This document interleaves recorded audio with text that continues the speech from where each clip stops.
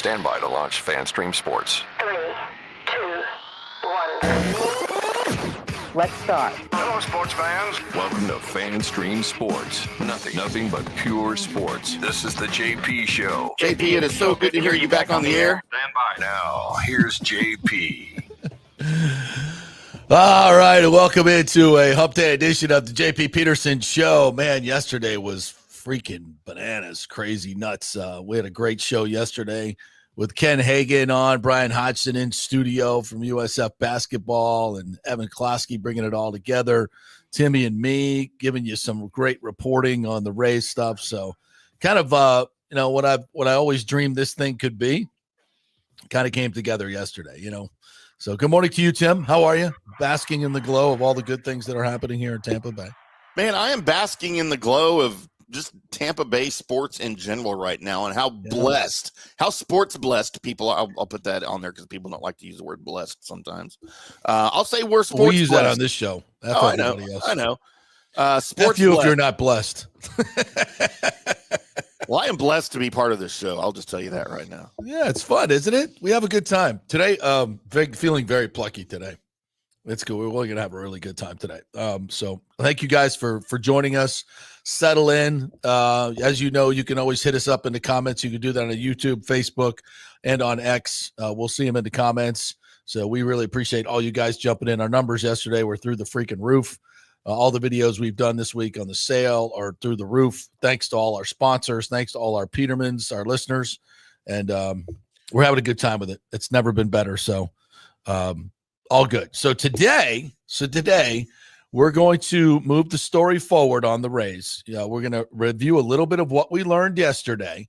A lot of news came out yesterday. So, yeah, and you know what, Timmy? I watched local news a little bit here and there. I watch snippets that appear on Twitter. And, man, I am absolutely floored by the lack of information, lack of facts, reporting things like it's the first time it's ever happened or they've ever heard it. Like there's these local TV stations with the exception of Channel 10. Evan's on top of this stuff. Everybody else, I don't know where they've been. I truly do not know where they've been.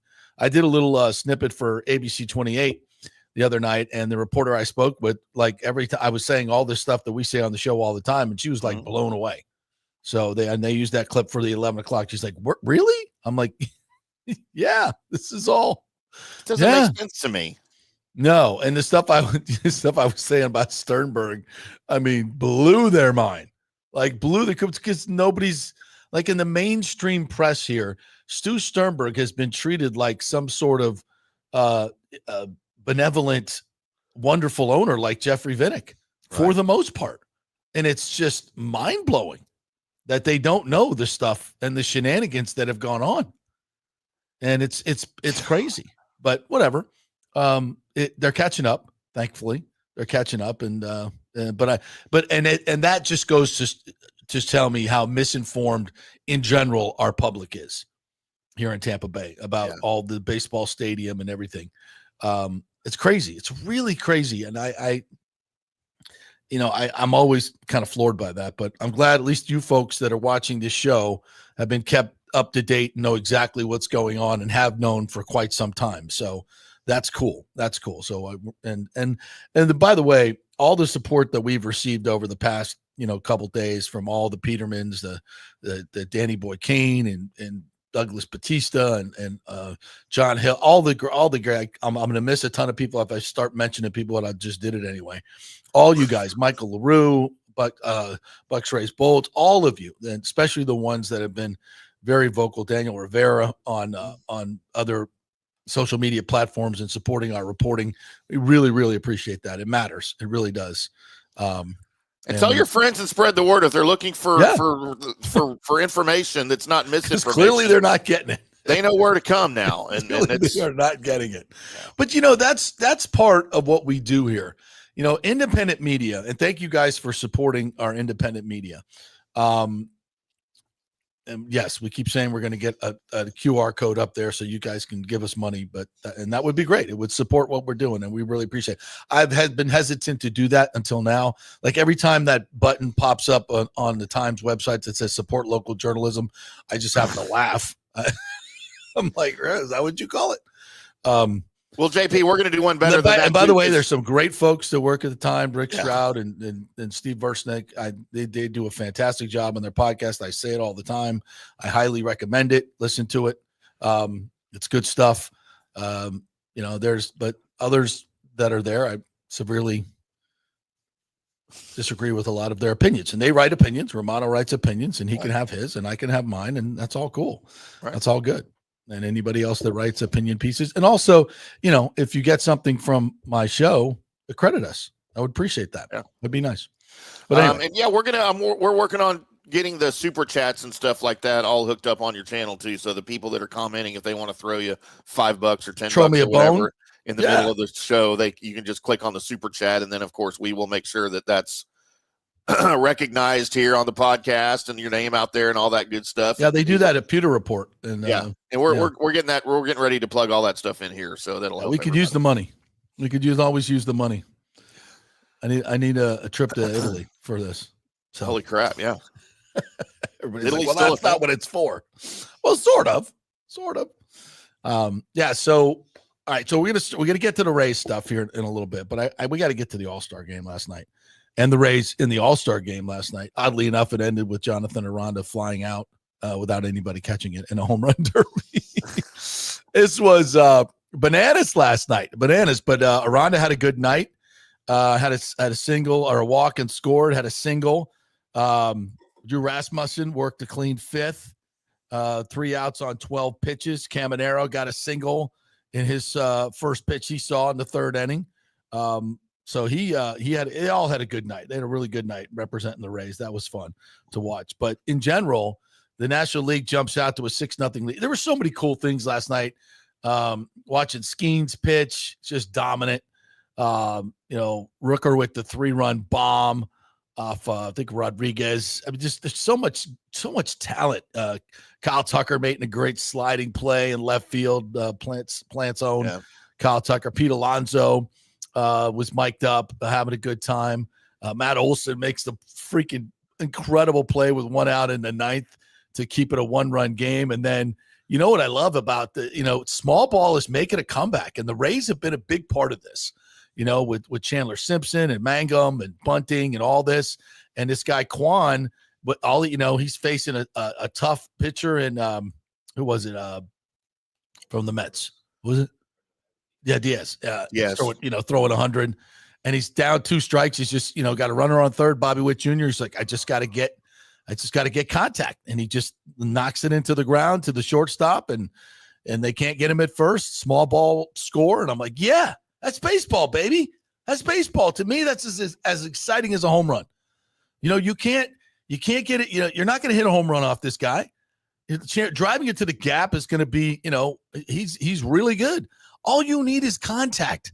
Get it on the ground, little chopper, and you're going to make it to first base. That run's going to score. That's good baseball. Man, I love that shit. Love it. And have an all-star game embracing this and seeing the Rays embrace it, I'm like, yeah, this is the way baseball used to be played. Yes, home runs are exciting. So's that. That's exciting to me too. I love watching that. A well-placed bunt in a crucial situation to score a run? Hell yes. That's baseball. That's baseball. Watching Taylor Walls play shortstop? F yes. Hell yeah.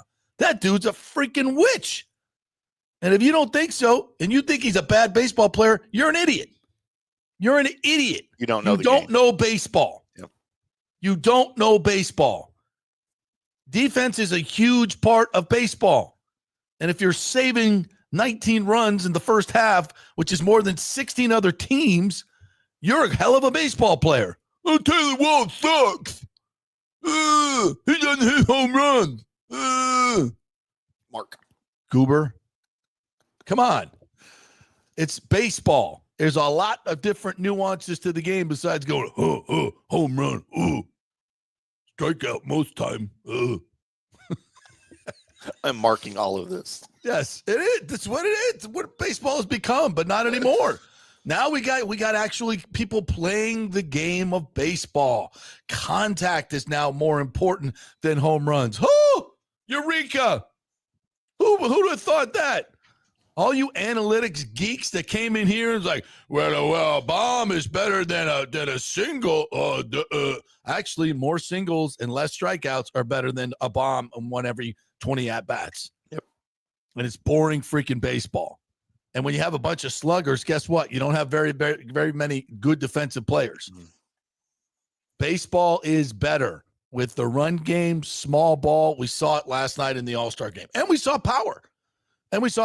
Listen, this last night's All-Star game was a perfect example of we have never seen more talent in the game of baseball, and I mean natural talent in the game of baseball. The power, O'Neill, just the speed, Bobby Witt Jr., the contact, the defense last night was fantastic on so many levels. The pitching is just unhittable. I mean, it's so good. It's so hard to hit a baseball these days, but yet these guys do it. Working a count. Watching Rooker last night, he's like got two guys on. I think it was Rodriguez with that freaking nasty slider. He throws him two nasty sliders that start right over the middle of the plate and just dive out of the zone. Said, I'm not touching it. Smart baseball. I'm not touching it. If that ball's spinning, I ain't touching it. I ain't leaving. I'll wait for the fastball. 2-0, ba-boom. Hits the home run. Get ahead in the count. Be smart. Play baseball. And it's fun to watch. And I thought last night's game, and then, of course, we go to perhaps the most untraditional baseball thing in the history of the game, the home run derby to decide the game. And it clicked on. I'm like, yeah, I remember when they said this like a few years back when they changed the format. They're like, if it's a tie game, we're going to – everybody went, oh, that's so dumb. And I'm like, they all have to leave anyway. Somebody tweeted out last night, and like in the ninth inning, like half the team is gone. They had to go to the airport to catch a plane. So I think that's why Aranda was selected as one of the home run hitters for the American League. And we all went, what? What? I know he's got some home runs this year, but he's not a home run hitter. He's a contact guy. And like, nah, that was weird. Like, Aaron Boone, what are you doing? But I think that's what, maybe that was the reason, because half the team was freaking gone. So you got to end the game, guys. People got to get back to their teams, blah, blah, blah. So anyway, and it comes down to Schwarbs, and he goes 3 bombs in a row. And the last one, he has to go down to a knee to get. Like, come on. Pretty cool. Pretty freaking cool. Like, that's awesome. That was freaking awesome. And I was rooting for the AL, obviously, but I was like, I love Schwarbs too. My old celebrity bartender co-mate got to do it 717 a few years ago. It was absolutely one of the best nights of my life. That dude is such a great guy. Such a great guy. Jason Romano is his agent, who was on with us yesterday or 2 days ago. And I'm sure Schwarbs bombs. They partied late into the night with that. That's a moment. I mean, that's a moment we'll never forget. It really was one of the most memorable All-Star games I've ever seen on so many levels. And look at what we've seen now in some recent All-Star games, right? And where the hockey actually goes to the 4 nations, and it's the greatest thing ever. I mean, the greatest freaking thing because they're making it matter again. Right. Yeah. And it's, I don't know, it's going to seem like it, it really mattered last night, because it didn't.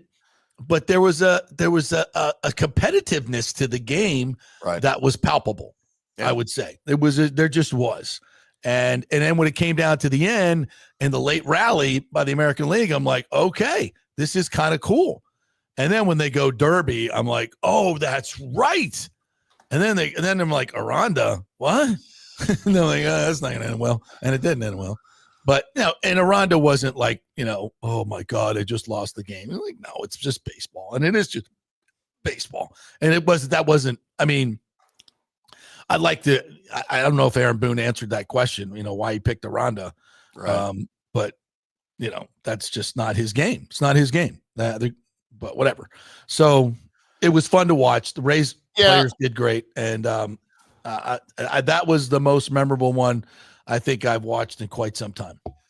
So I admittedly did not watch the All-Star game last night. I have not had an interest in the baseball, which is odd because baseball's like number 1 or 2 my favorite sports, depending on what time of year it is. Right now, it's number 1. Shame on you. When hockey season comes in, hockey's number 1. But I'm a baseball historian. I love the history of baseball. I love the entire fabric of the game, which is one of the reasons why I stopped watching the All-Star game, because it's been unwatchable. The players just don't care, right? It's not even an exhibition. It's a parade. They parade the players out there, and they're not even the best players. It's a popularity contest now. But I get it. I just miss the old All-Star game where Pete Rose is bowling down catchers to score a run in the All-Star game, right? That's my All-Star game. Yeah. I get why that's not around anymore. I know it'll never because come there's back. no AL, NL separation anymore. When they went to interleague play, it diluted the All-Star game dramatically. Yeah. And it's like we'd say, oh, here's Skeens against, who was the first batter against Judge, Judge, you'll never see that before. Yeah. And you're like, oh my God, I can't wait to see Skeens against Judge, because you've never seen it before back in the day. Yeah. But it was, I don't know, Tom Seaver against Reggie Jackson or something, it's like, oh, this is good. We would think about the dream matchups that never happened during the regular season because there was no interleague play. So as soon as you went to interleague play, which is good for the game, interleague play is good for the game, but it did wash out the All-Star game. That was the biggest draw of the All-Star game, seeing matchups. And kind of the World Series too. Kind of the World Series, because that too. Yeah, absolutely. Yeah. But look, I get what it is. I understand that doesn't mean I have to like it. And I just haven't watched the All-Star game.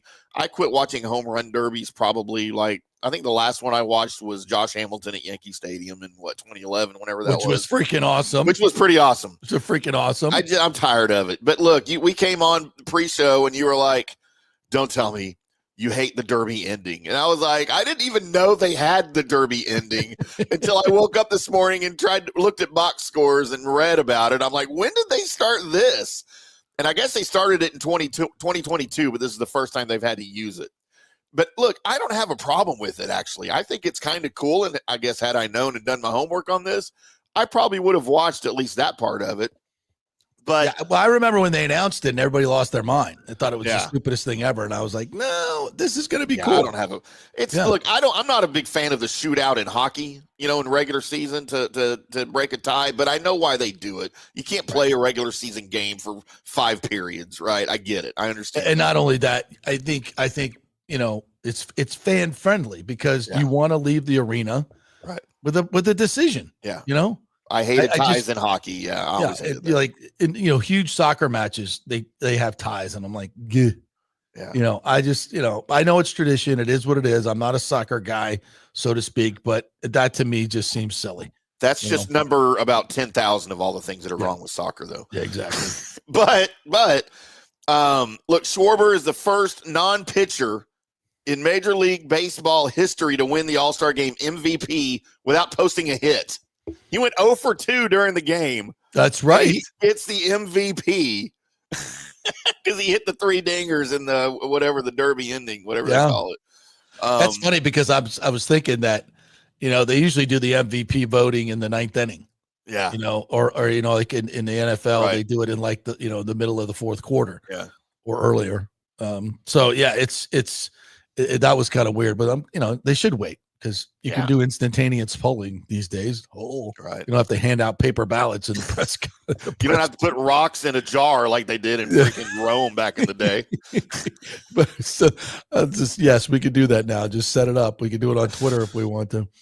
I thought a baseball game, an All-Star game was fun last night. If you guys have any thoughts on that, I'd like to hear. Did you like it? Did you not? Let me hear from you. Yeah, let me hear from you. God, I don't know. I can't read the comments today. My glasses aren't working as well. Maybe I should clean them. Maybe you should take them off. Maybe you don't need them anymore. Did you get bit by a gamma radiation spider overnight, JP? Your vision's better? You know what, though? I'm taking so many supplements right now. It's not even funny. Oh, Lord. My methylene blue, my creatine in the coffee, collagen in the coffee. What else am I doing? A mushroom coffee, jojoba brute. It's like this, multivitamin C, C and D. I mean, I took a handful of pills this morning. I'm like, good God, I should feel like freaking Superman with all this shit. Yeah, that Blue Chew can be a bitch sometimes. I'm telling you. Yeah. So I just want to do some All-Star stuff here. If you guys have comments on the All-Star, did you like that part of it last night? And then we'll get to all the Rays stuff here. The Rays. Michael LaRue says, I understand why Yankees fans are calling for Aaron Boone to be fired. He's awful. I swear to God, I have no idea why. You think Cash is bad? I mean, you follow the Yankees a little bit, and Boone is just awful. And I don't know what he has on somebody. But man, what else? Tony Clark said the Players Union said it doesn't want a salary cap. Bring on the lockout. MLB needs a capital floor. Yes, we'll talk about that as well. Yeah, David Terry says Jay Retcher does the super chat as well. Yeah, we'll get that set up for you guys, and we're going to appreciate all the get sponsors. Richard Bolt, JP have shared your reporting on the Rays as you have been spot on with information. Appreciate that, my man. All right, so most of this is on the Rays, so we'll get to. You guys have nothing to say about the All-Star game? Did anybody watch the All-Star game? Maybe none of you watched it. Jeff Stutler says, I didn't think I would like the All-Star setup, but really enjoyed the whole game, and HR Derby ending was freaking awesome. GM, JP, and Tim.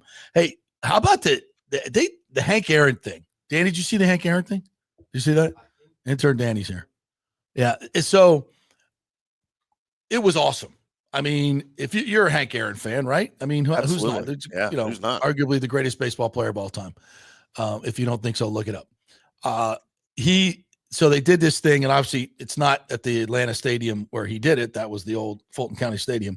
But they had this, it was a hologram on the field of Hank Aaron and hologrammed his steps going around. You can't tell what people in the stands could see and what we're seeing on TV because everything's overlaid, right?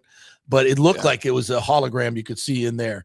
And so they had, they did all the recordings of, Vin Scully, Al Downing, and the whole thing, gosh, chills. Because I remember, yelling at my mom to say, I'm staying up to watch this back in the day.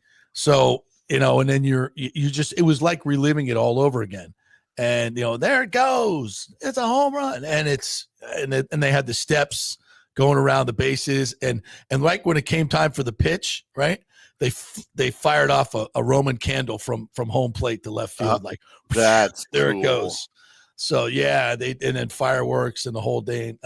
It was really, really cool. Hank Aaron hit number 715 the day after my third birthday, April 8th, 1970. You don't remember? Yeah. I wasn't obviously watching it, but I have been to the old site of Fulton County Stadium. Yeah, they have the plaque there. Yeah, they have the plaque. They still have home plate in the parking lot of what was then whatever it is now. I forget who uses that stadium now. But then they still had a portion of like the outfield wall, and they had the marker, there where he hit it and stuff. And I remember going to see that because again, I'm a baseball idiot, and I will travel 1,000 miles to see something like that for 5 minutes. She won't watch the All-Star game. But I won't watch the All-Star game. But Tim Witherspoon didn't watch it either. He's watching the World Series of Poker. There you go, Tim. Golly. That might be homework for Tim. I don't know. Do you play poker, Tim? Do you play competitive poker? I know a lot of guys that do, and they watch that stuff religiously. Ashley, the lovely Ashley, my wife said, JP really loved Ludacris's performance last night. What is a Ludacris? Is that a band? It's a Ludacris. Is that a band? He's a performer. He's Atlanta's own Ludacris. It's one guy. I was like, I said to Ashley, I'm like, what is the over-under on how many times he's going to grab his junk? Like Mike, it's in this, it's like tight shot, medium shot. Actually, not even medium. It was just like knees up, Ludacris, and he's just on the mic, just grab. Like, can they not rap without grabbing their junk? Is it just he's part of it? He's a rapist. He's a. Is he a rapist? Whatever they call him. I'll take the rapist for 1,000, Alex. The rapist. That's therapist. Whatever. Nobody knows not what your mom said. Anyway, we're off the rails. The penis, my Celebrity dear. Jeopardy.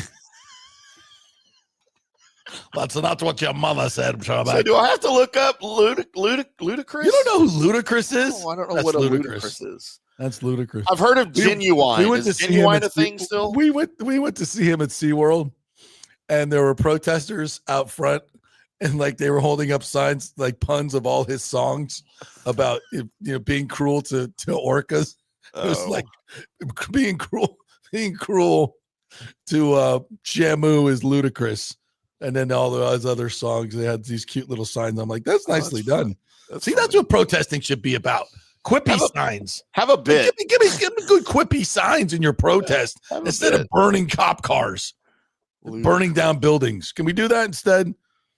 No, doesn't make the point, right? We'll have to go look up Ludacris now, I guess. Jeff Stutler says, tribute to Hank was great. Old stadium parking lot has the tribute to Hank where his home run was, which was the old side of Fulton County Stadium. Yes, absolutely. The old Craig Sager mentioned chased Aaron around bases on his 7-15. Yeah, one of the guys that was chasing Aaron, that was Craig Sager. Yeah. Did you know that? Yeah, I didn't know that. Yeah. And they almost got shot. Yeah. Probably should have been. Can you imagine that happening now? Fans chasing a player around the bases after something like that. Like, you get tackled by the other players.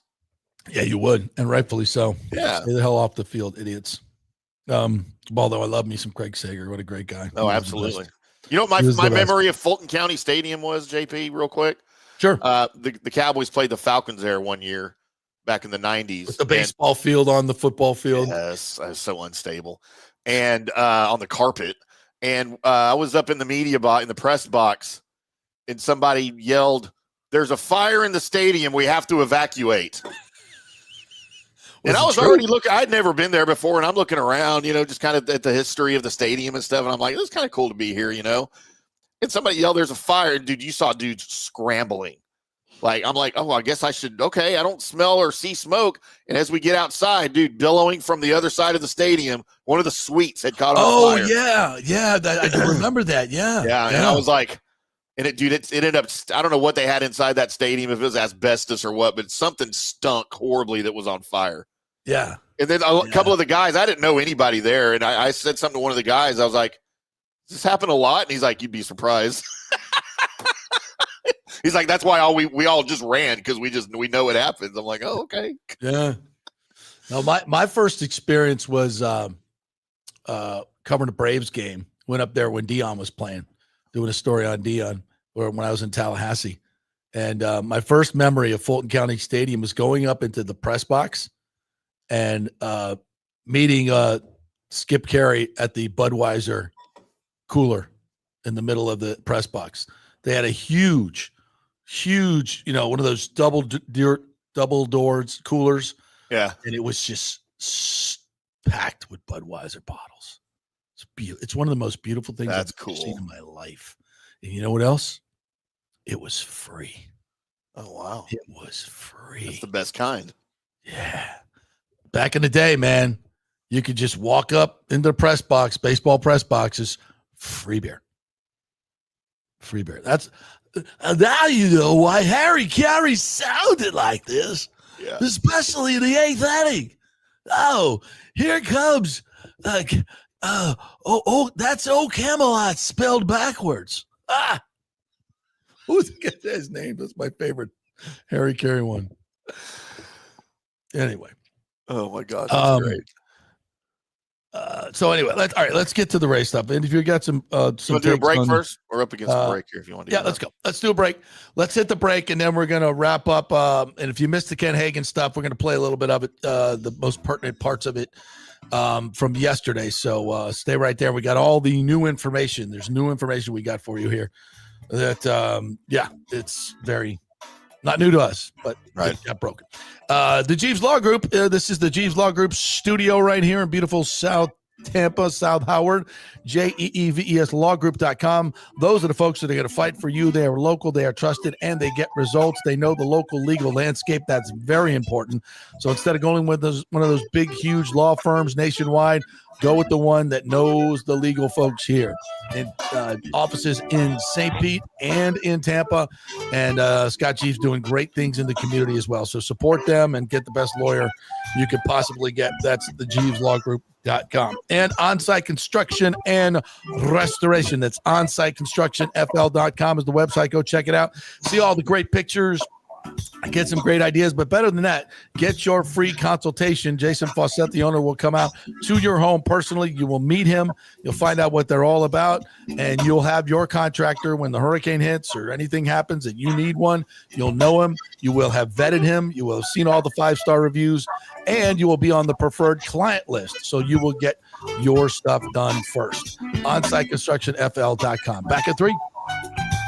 Although it may seem tempting to go without health care insurance, the financial risk far outweighs the gain you may experience. For example, did you know if you simply broke your leg, it could cost you nearly $7,500?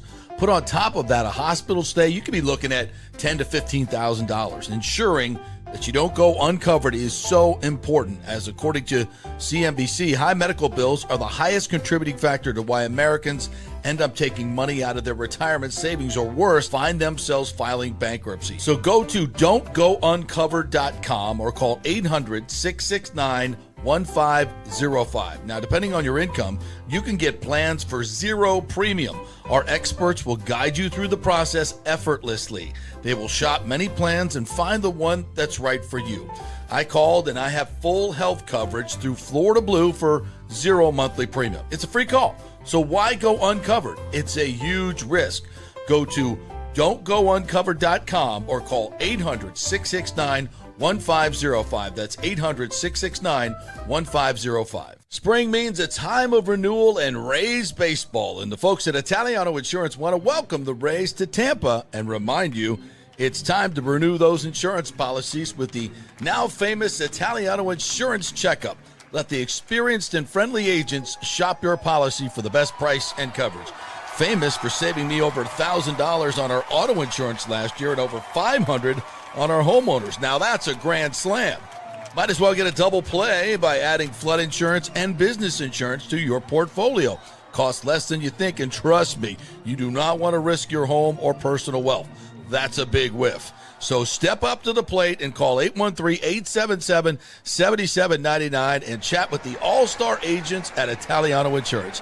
813-877-7799 or go to ItalianoInsurance.com. Go Rays! JP here for Riveters, our new official sports bar and grill of the JP Peterson Show. And just like our show, no BS, no corporate chain feel, just amazing, authentic folks serving great comfort food in a casual atmosphere at unheard of prices. Riveters is located just south of Raymond James and Steinbrenner Field on Dale Mabry, walking distance to the park, so free parking, great place for pregame and postgame. Let's talk about fresh food. Nothing is frozen. Burgers, wings, prime rib, roasted fresh daily, never frozen. That makes a huge difference. The mahi, the salmon, also super fresh. All our sauces are original recipes made in-house. Our Warhawk chili and fully loaded potato soup is made fresh in-house. It's the best food anywhere, served by people who actually care. Riveters on Dale Mabry, just north of 275, just south of where the Bucs and Rays play. We'll see you there. Are you looking to renovate your home, rebuild after the hurricanes, or build your dream home from scratch? Well, let me tell you about my friend Jason Fawcett and On-Site Construction. They have over 1,450 satisfied clients, 25 years of experience, over 500 designs, and a talented team of over 40 construction professionals. They believe building something exceptional begins by truly focusing on all the details, even the smallest ones. We understand that construction can be a daunting process, and we're here to make it as smooth and stress-free as possible. Quality is non-negotiable at On-Site Construction. We use the finest materials, employ the most skilled tradespeople, and adhere to the highest industry standards to deliver a product we're proud of and that you're going to love.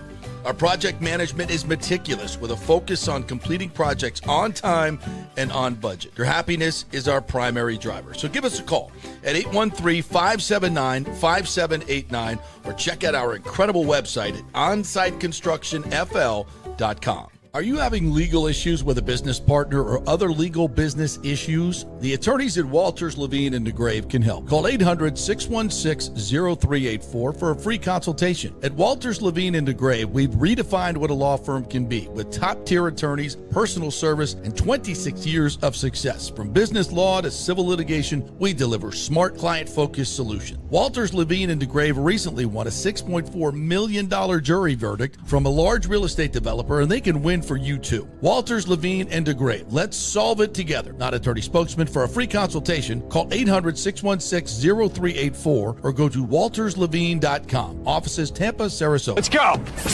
Right now, back to the show on FanStream Sports. All right. Welcome back to the JP Peterson Show. Appreciate you guys jumping in. If you're new, put something in the comments. You can do that on YouTube, do that on X. Also, like and subscribe, please. We need to get more subscribers on our YouTube page. We'd really like to do that. So please do that. Please do that. Downloading something for later use. Can't multitask anymore. Sorry about that. By the way, we're brought to you by the great folks at Riveters. I was over there the other night for their micro brew little party they had there. And boy, the hazy IPA is fantastic. Chris is the brewmaster there. And I asked him, I said, I'm a highlight drinker like Coppertail as well, our local brews. And I said, but I like your hazy IPA. It's smoother. It's not as hoppy. And he's like, yeah, we tried to get a kind of a middle ground. I said, but what's the alcohol content? He said, because of course that's crucial. Yeah. Said 6.8. So it's still that's good. So good. It's right there. So that 6.8 means that if you have two, you get a nice beer buzz. Mm-hmm. And that's all I'm looking for. A little beer buzz. Being completely candid with you here, folks. And you only need two. So if you, and that's what I tell my Coors Light drinkers all the time. First of all, Bud Light, Michelob Ultra. Oh, like, yeah, that exactly. And I'm like, all those preservatives in there just kill. Except for Miller Lite. Miller Lite's great. Miller Lite is the only one, yes, that I can kind of stomach. But still, all the preservatives in there just make my stomach feel so the sulfite, so bad. The microbrews don't have that stuff. Lower shelf life, all that stuff. So that's what makes them so much better. And you don't have a horrible hangover when you drink them. So you can just have two of those. You had to drink like 15 Michelob Ultra. It's like a workout. That's why they do all the workout videos in McColl's, because drinking them and trying to get a beer buzz is like a workout. It's like you got so yeah. So this Riveters one is it is perfect. It's got good alcohol content, good hoppiness, but it's just nice and smooth. Absolutely love it. Of course, all the great food there. Check it out. Go to Riveters. If you're an IPA fan, you're going to love their new hazy IPA. And they've got a new seltzer. Their light beer is really good too, and it doesn't have that aftertaste of the preservatives. And they did a sour too. I'm not a huge sour fan. Yeah, me neither. I tried it. Yeah, and I liked it. And Ashley likes the sours, and she'll drink those, and it's really smooth too, and doesn't have a lot of the carbonation. It's very nicely done. No, and what I always microbrews are better for you. Yeah, what I always recommend to people, because I love microbrews. We have a dozen of them here or so here in North Texas, and everywhere I travel out of state, I'd like to go try their microbrews. Absolutely. And the nice thing about those is, I don't care what kind of mainstream beer you think you like. If you're a Coors Light drinker, or if you're a Heineken or Michelob guy or whatever, when you go to these things, they'll give you these samples, like the flights, like for 10 or 15 bucks, you'll get to sample 2 or 3 ounces of just, I don't know, 5 or 6 of them, whatever it is. Do that. Do yourself a favor and do that. And you may expand your palate just a little bit, because you may find things that you like that you didn't know that you liked. And that's what it took for me years ago. I was a bar manager of a place called Humperdinck's here in Dallas. They were based out of the Northwest, and all of their places were microbreweries. Well, as a bar manager, I had to take the beer class. We had a brewmaster there, obviously. I wasn't in charge of that, but I had to know the process, and I had to be able to taste it and quality control stuff. So I did all that, and I learned how to make beer. It was really, really cool. And some of the beer that we made there, I thought I would have never, like the darker stuff, I thought I would never like. And they became my favorites while I was there. Well, and you could talk to this process because it doesn't have all the preservatives. These other beers have to put all this stuff into it to keep its shelf life forever and let it sit in a hot warehouse for, 6-8 months at a time. Right. And then it gets, brought in and cooled off. And, when you're taking a beer from the vat and putting it into kegs and then serving it, do you even put it into kegs or do you pour it right out of the vat? No, we keep them in vats. Yeah, they don't get keg. We have direct lines from the vat to the bar, and it's directly out of the vat to the bar. I mean, yeah, it's such a different, and in terms of the preservatives and all the things that's going into your body, it's just try it. Try going out and drinking your regular, whatever you drink. And then go to get a microbrew, especially if you go to a place like Riverders that has it right on site. Yeah. There's other ones in town that do that too. If they're pouring it right on site now, even a lot of them, obviously now Cigar City mass produces High Lie and all these others. Right. And, they're still, when they're packing them for shipping, they don't put all the preservatives in them. They just have a shorter shelf life because they go so fast. So, but still enjoying it at the brewery, like at Riverders, totally different deal, better for your body, but the taste is it's miles better. It's just miles. And what's funny is if you're a Coors Light drinker, if you go to the Coors Light facility in Boulder, Colorado, where they brew it and you drink it right out of the tap, it tastes completely different than what you're used to drinking out of a bottle or a can or with whatever. the Guinness. Same with Guinness. If you go to Ireland, well, anywhere in Ireland, if you drink the Guinness, because they don't, they don't have them on the shelf very long at all. They ship right from the to all the little pubs, and they're gone in a day. So they don't put all the preservatives in there. That's why when you have a can of Guinness over here, they have that nitrogen thing in there. Yep. It pops, and you drink Guinness you go to the brewery there, and it's just it's mother's milk. It is so freaking good. So and by the way, people don't know this, but Guinness, even though it's dark, it's not as filling as some of these other beers. It's not very heavy. It's not a heavy beer. It just looks heavy. So if you ever go to Dublin, go to Guinness. Go to the Guinness and sit there and drink. It's much the same thing if you go to distilleries. If you're a whiskey or Scotch guy, if you go straight to the source and you drink it, it is an entirely different experience than pouring that bottle off of your shelf and enjoying it at home. Yeah. And that's just because of what they have to do to it to ship it and things like that. So little stuff you didn't think you were going to find out today on the JP Peterson Show. That's right. All right. Here's what you came for. So let's get into it. First of all, yesterday we talked about, we'll get the nuts and bolts out here. So Ken Hagen came on the show. I'm going to play a little bit of this. And basically what we know now is, a lot of you, this is going to be old. The sale is going to be consummated in September. Topkin reported yesterday that if the Rays win the World Series, Sternberg's going to get the trophy. Oh my God. So he's going to be, I guess, in charge. Although, as I've reported, the new ownership group is already working within the organization. Not running the organization. That's not what I'm saying, but they're working within it, getting information. And I firmly believe if there's a move to be made at the deadline, especially adding salary, that it can and will be done. So that's not that Neander's taking orders from Zalupski yet, but I think just in general. Second point, Mark Topkin named Dan Doyle Jr., who we had talked about as one of the local investors, and he also named Fred Ridley, who is a member of Palmacia, chairman of Augusta. I'm a member of Palmacia. And I've told you all along, these are the But Tampa are you chairman at Augusta? Yeah, the chairman. No, Okay. As far when away you were from making that comparison there, as far away from that as humanly possible. If they had a list, I would be at the very bottom. Anyway, but I know Fred. I've known Fred for 20 years. He's an absolute perfect human being. If you meet him, you love him. That's why he's chairman of the Masters at Augusta. He is literally one of the best humans I've ever met in my life. I've played golf with him. He's just, I can't say enough good things about him, and he loves Tampa Bay. And the things that he's done at Augusta, when brought into the women's amateur, the drive, chip, and putt, opening up the Masters to so many more people, more television, more everything, and done it in such a classy, wonderful way. female members. I mean, everything he does just turns to gold, and that's it. And these are the people that are going to be running this team. And yes, this is one of the names that I was sworn not to say. So Topkin is outed them now. I'm a little peeved that he got it before I did, or I had it. I just couldn't say it. Yeah. I just couldn't say it, and I told him I wouldn't say it, and I didn't do it. So it wasn't me; it was him. So, but I'll eat that, and that's, and this is what I tell you guys all the time. I will try to give you the information that you need to know. What you needed to know was these are local guys that have been here all their lives, that love Tampa Bay, and are doing this for all the right reasons.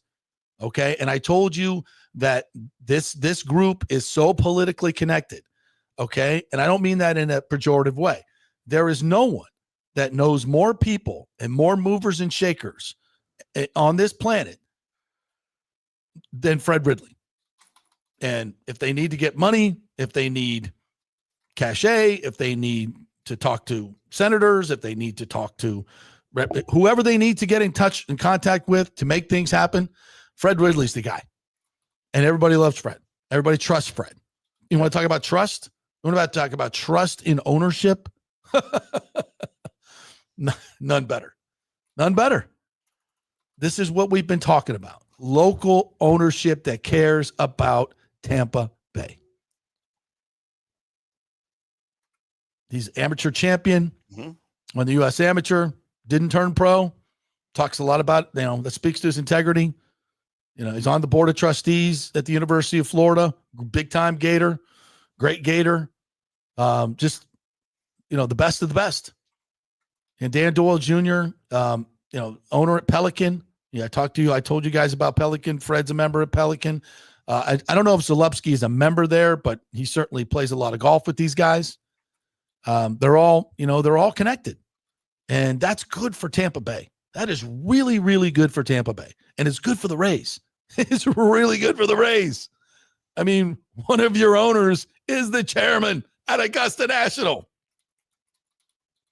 Now, did that have something to do with MLB wanting this group? Hell yes.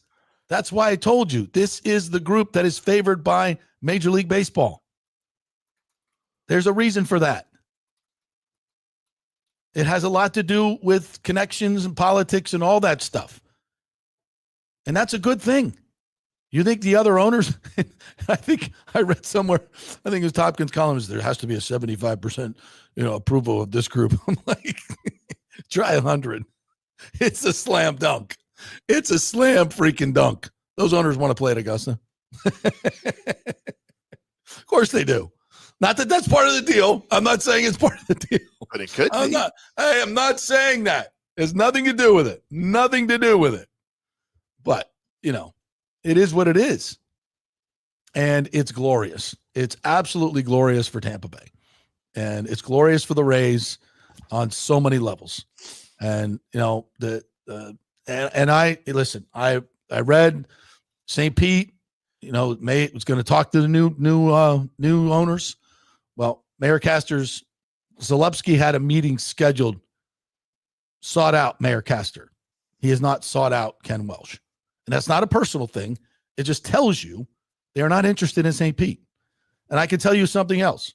The Malloy group, great people in that group, great local people in that group as well. Fantastic. Lovely people. But their focus was on doing the deal in St. Pete. And that's not what Major League Baseball wants. They want the stadium in Tampa. They have said that. They're working towards it. That is why this group won. There was more money to be had. But baseball knows, in a larger sense, long term, that a stadium in Tampa brings more premium seating, means more local revenue, which means what, Tim? The other owners don't have to pay revenue sharing to the Rays. Follow the money. This is why I've always told you the stadium's going to be in Tampa. Follow the money. Even when the boondoggle was going down, what did I say?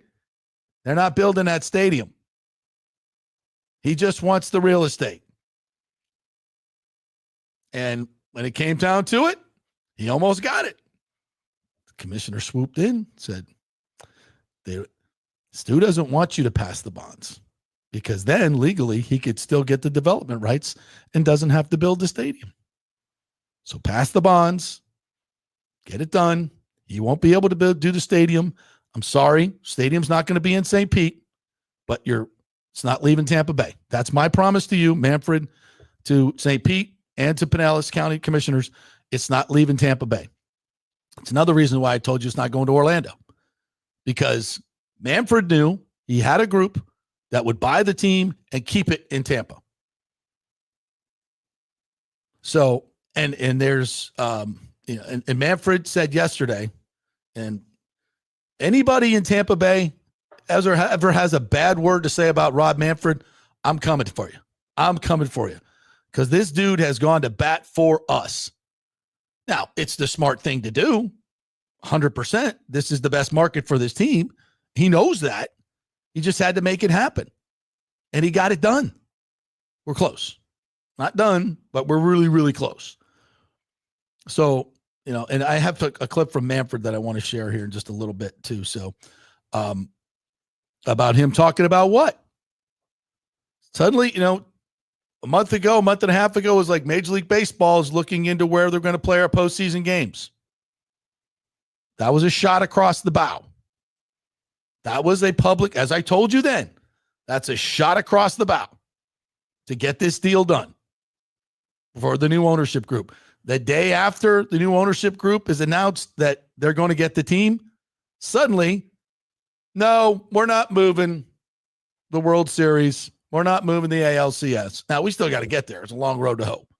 All right. But you don't think all these things are interconnected? Of course they are. Yeah, the timing of that announcement was not an accident. No, of course they are. Your thoughts while I'm going to put this announcement up so we can hear from the commissioner here. No, it's painfully obvious that all of the things that you've been discussing here for the past 6 months to a year are all coming to fruition just about in the same exact order that you said they would, and again, you reported some things that you knew to be true, but at the same time, you sort of speculated on other things you didn't know to be true, but you put pieces together and you differentiated your reporting and your speculating as a journalist does. And now all the people that followed along see that it's happening in just about the same exact order and time frame that you knew it was going to happen, that you reported. And now all the other media outlets, not all, a bunch of them in the Tampa area and nationally, are kind of piling on. Well, we're reporting and we found this out, but nobody's citing the JP Peterson Show. And that's what's irritating. It's, what though? It's go listen to the, maybe I will play back with the thing I did in February. And because I got, I know who these people are in Tampa Bay, and I was getting information from them, and I knew that they were the favored group and why they were the favored group. And that's why all the other groups were asking me what's going on. And I was, I wasn't going to give up the things I was told not to say. Right. And it needed to be done. And I didn't, I tried not to come on here every day and say, this is what everybody's like, oh, what's happening, JP? You said it was going to happen. Where's it going? How come it didn't happen yesterday? You don't know what the hell you're talking about. You just did. Okay. So irritating. I said, and what did I tell you? I said, when it's quiet, things are happening. And I said, I also told you the loudest groups are the ones that are not going to be in the running. It's all noise. Yeah. And it was noise because they wanted they were trying to get Major League Baseball's attention. Say, hey, we got more money. We got more money. I said, it's not about more money. More money down the line. More money for the next 30 years so that we don't have to be a welfare child in Major League Baseball anymore because of our stingy penny pinching owner. I said, we don't have to do that anymore. We can stand on our own 2 feet and build a beautiful stadium where it always should have been built with the fabric of this Tampa Bay area loves baseball. And if we have an owner that we can wrap our arms around it, that loves us too, and is going to love us back with payrolls and be able to keep our players here and maybe bring some of them home to play where they want to play. Kyle Tucker wants to play in Tampa Bay. He lives here. He loves it here. But he ain't going to play in the Trop. Nobody wants to play there. Nobody wants to play in the Trop. Nobody wants to go back to the Trop. St. Petersburg don't want to rebuild the Trop. And I hope this new group, and I know Major League Baseball does want that. They want a major league facility. And I totally understand it. I get it. And that may or may not happen. We'll see. I can live with Steinbrenner Field for a couple more years. And again, the Braves did this in less than 3 years. Yeah. From the time they announced they were moving to the time they moved in, less than 3 years. And I know that was a different time, but it doesn't mean it can't be done. Doesn't mean it can't be done.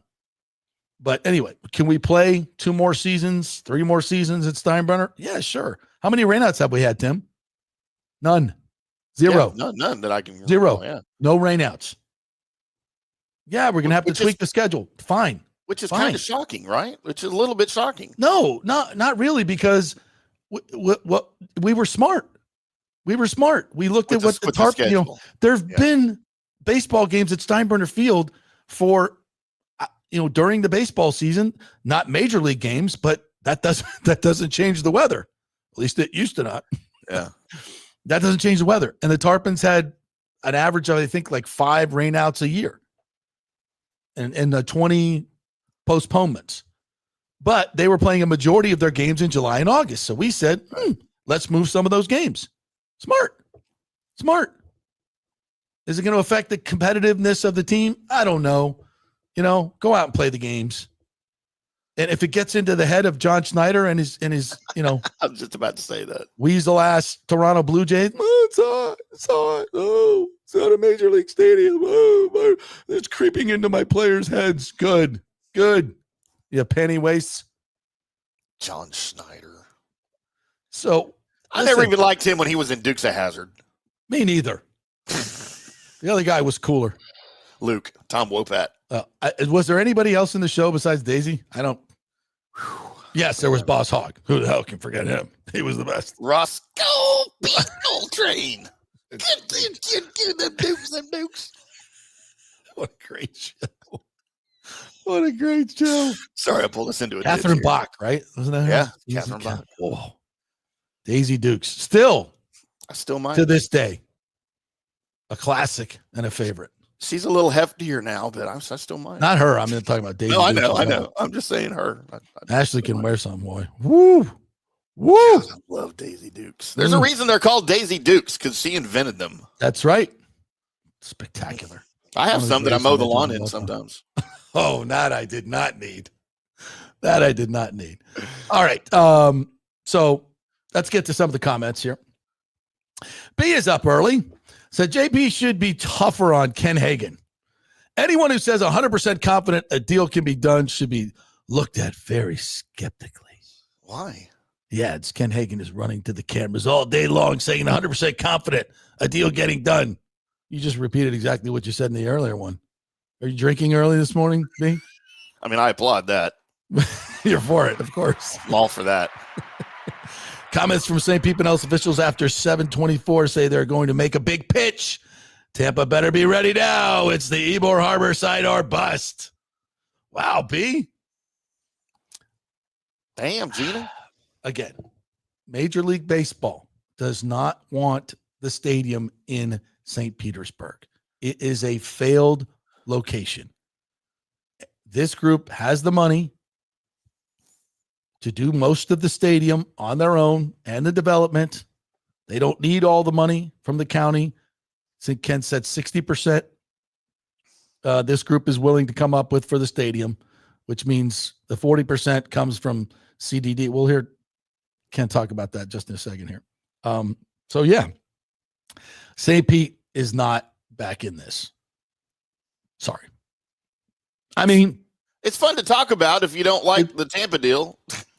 I mean, could something happen where, that's the only way to get it done with this local group or move the team out of here? I guess, but I don't think that's going to happen. And yeah, they'd get more money up front. This group of guys doesn't need the money up front.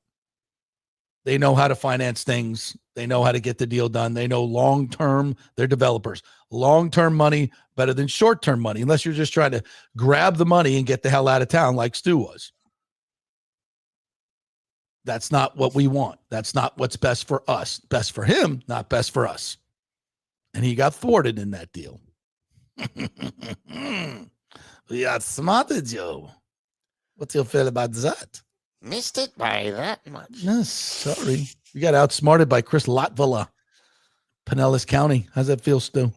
And Rob Manfred. Gotcha.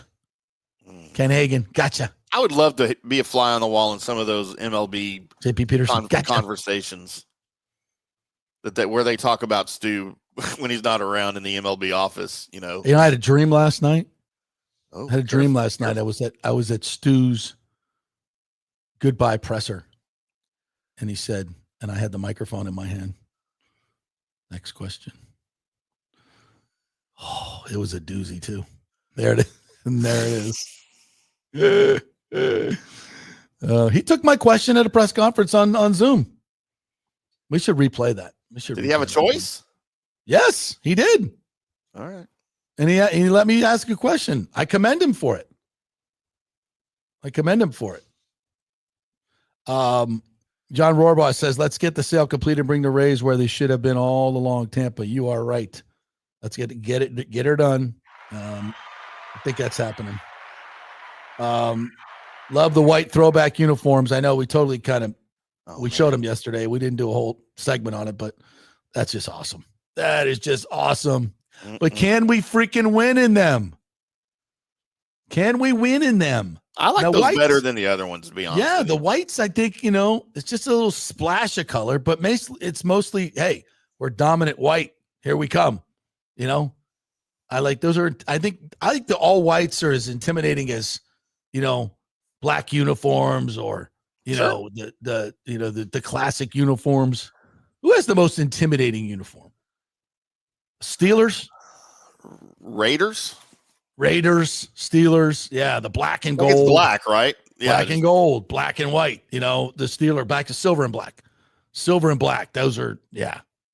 But that also comes with the culture, right? Also, you associate those with badass winning. Teams. Yeah, with winning and badass teams, like physical, knock your D in the dirt teams.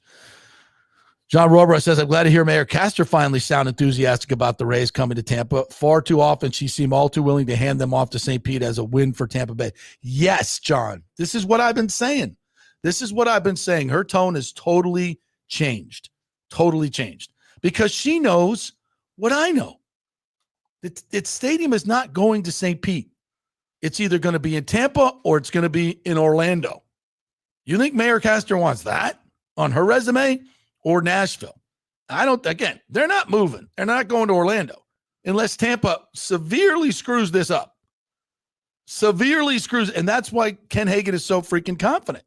He's got the money. I don't want to say the deal is already done. You don't think that they've figured this out already? They have. They've got a framework. They know where they're going with this. This is not, they will say publicly, all right, we'll get the deal done and then we'll see what's available. Really? You think that's what's going on? You don't think they've already looked at the parcels and looked at construction costs, see what it's going to be, what it's going to look like, and do? If you're buying a team, seriously, you've not figured out where you're going to play yet? Because I'm sure there's a lot of legalities that go into doing a lot of this stuff ahead of time, and it's not official. It's just getting information, figuring it all out, and then getting a framework together. So, can we do this? Can we do? Yeah, I can. Yeah, we can do it. Right? We got this money. Yeah, conceptually, this looks good. Yeah, okay.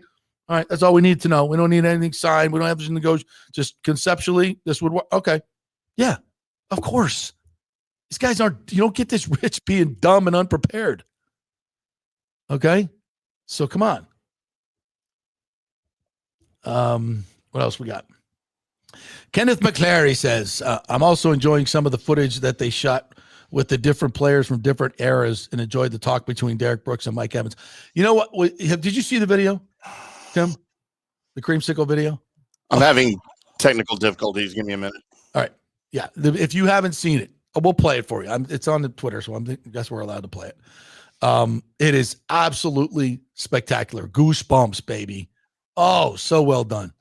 The Bucs do great cinematic theater over there. It is so well done with the old ball coach, head ball coach, narrating it. First, Steve Spurrier, first quarterback. Awesome. We already did that one. Hello, Bucs Trade Bolts. The public is not misinformed when Russia reports on the Rays sale. Then I'll pay attention. It feels like that. It really does. But that's what happens when media outlets have an agenda. And it's one of the biggest media outlets in Tampa Bay. People get misinformed. False narratives all over the place. And that's what's happened. Michael LaRue says, I don't understand why people love the orange creamsicle jersey. Those teams were terrible late in the era. They were the butt of every joke and never taken seriously. I've always felt that way, Michael. Because I didn't get here until 97 until we switched to the right colors. I always thought of them. I grew up as a Dolphin fan, and we looked at those creamsicles as a joke. That's a loser. Like, oh, look at that stupid creamsicle, that box. Yeah. When you grow up someplace else, that's what you think. Yeah. James Rollerson says the Banana Docks are a great location for a baseball stadium. There's also room for a proper soccer stadium as well. I believe developer of Gasworks is one of the unnamed partners. Yes, Daryl is one of the unnamed. I shouldn't say that. I don't know if Daryl Shaw is properly one of the investors. I've heard conflicting things on that, so I don't know. I hope to talk to him soon and get him on the record on that. But I know he's intimately involved in terms of the development. It would be smart for him to be part of that. And these people are smart. They're not dumb. They're really smart people and great people. He says, I don't have any inside information, but it just makes sense that he has a land exchange in exchange for stake in the team. Yeah. It makes complete sense. Follow the money, right? Absolutely. What else we got here? A stadium related. And then all right, I think I'm back. Sorry. Yes, you're back. All right. You are back. Stutler says, I don't think I would like the all-star setup, but really enjoyed the whole game. HR Derby ending was freaking awesome. JP and Tim. I think we already did that one. Sorry. All right. Anything else on the stadium? Any other questions you guys have on stadium or Ray's sale? I don't think so. All right. If you do, throw them in there and we'll do it. All right. We'll take another break. We'll come back. I do want to play a little bit of that Ken Hagen stuff just to kind of wrap up the stadium and sale. Johnny Gerber's going to join us with his British Open picks. It's properly called the Open Championship. Good day, the mate. Open Championship. Have some thoughts on that. I really want to talk some British Open here coming up. Good. And the Teddy Bridgewater story has got my ass chapped. I knew it would. I am so grown-ups, you idiots. But we are brought to you by the Gold and Diamond Source. Did you know gold is at an all-time high? If you sell it right now, and nobody will give you a better price than the Gold and Diamond Source. So take your old gold, take that Guido chain down and the old Italian horn you got. You know you still got it. And they take it on down there. Get a good price for your gold, and then you can buy something for your honey there. They'll give you even better prices as you come in to trade in. They love to do that. Great staff over there. And, of course, one of the great local companies here, the Gold and Diamond Source, Julie and Steve Weintraub, great philanthropists and even better people. So head on over there and tell them JP sent you. Take your doubloons and all your ill-gotten booty to the Gold and Diamond Source and get your money. Back at 3. Hey, JP here for my concierge medical professional, Chris Lugo, PA. You've heard him on the show for a couple of years where he shares invaluable medical, nutritional, and supplement advice. With Chris, it's like having a medical provider as your best friend. What I love about this concierge service is the convenience and support he offers. I can text or call him 24/7 with any questions or concerns, and he'll promptly call in a prescription if needed. No office visits or copays required. It gives me peace of mind knowing I have someone genuinely invested in my health, not just focused on insurance profits. And the best part, the Bay Area Modern Medical Center's personal concierge service is more affordable than you might think. Don't let insurance companies dictate your health care. Take control of your health and wellness today. Visit BAMMC.com for more information and to schedule your initial free consultation. Empower yourself and take charge of your personal health with BAMMC.com. Hey, JP here for the Gold and Diamond Source. And you know I'm always trying to find ways to save you money or make you money. Well, here's a great idea from Julie and Steve Weintraub at the Gold and Diamond Source. Gold is at an all-time high, so if you bring in your old jewelry, Steve and Julie will buy it off you and offer you the highest trade-in values of the year. It's the perfect time to upgrade what you're not wearing into something you'll never want to take off. So take advantage of that right now.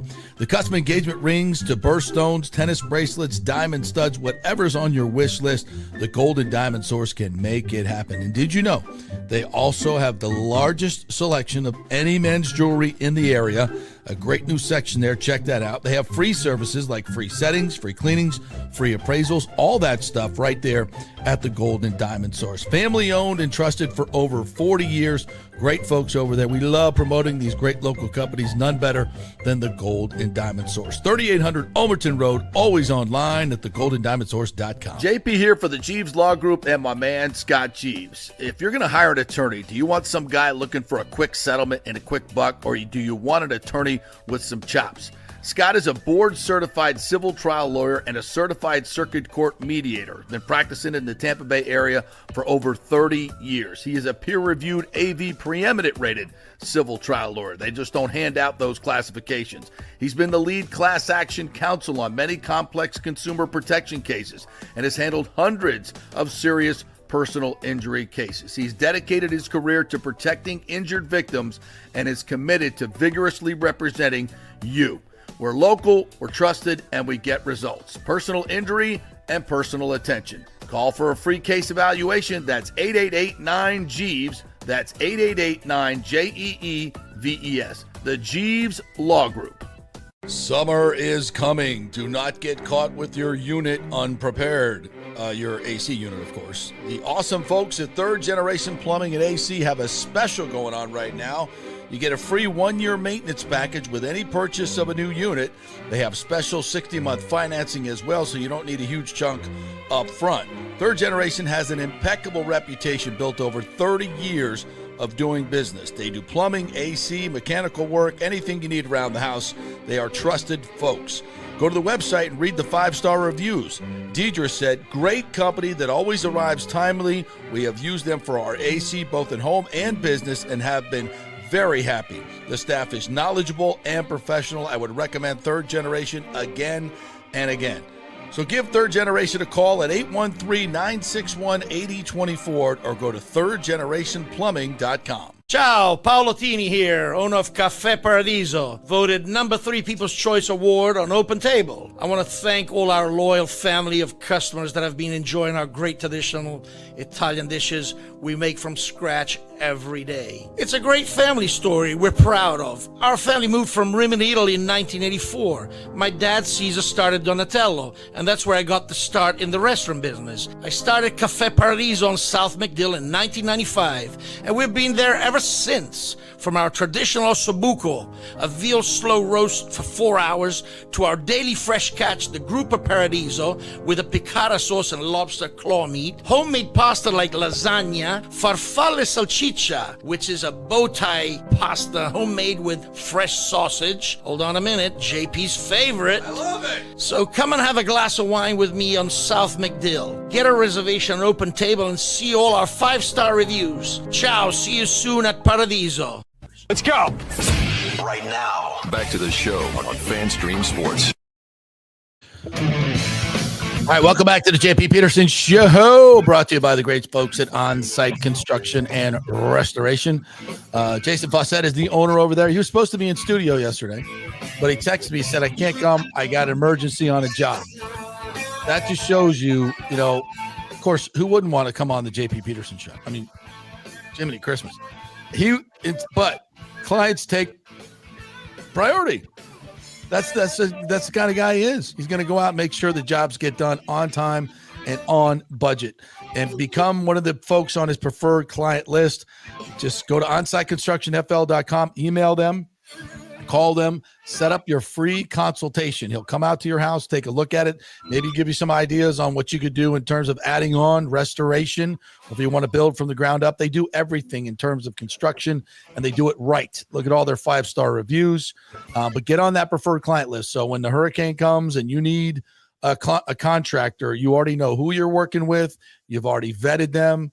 You love them, and you're on the preferred client list. So you'll get served before everybody else. So there you go. OnSiteConstructionFL.com. All right. So here's the commissioner yesterday at the All-Star game. And the commish. If we have some like soaring inspirational music for this, because this is like music to my ears, or maybe just let's play so we can hear it. But it's just like, this is like a symphony of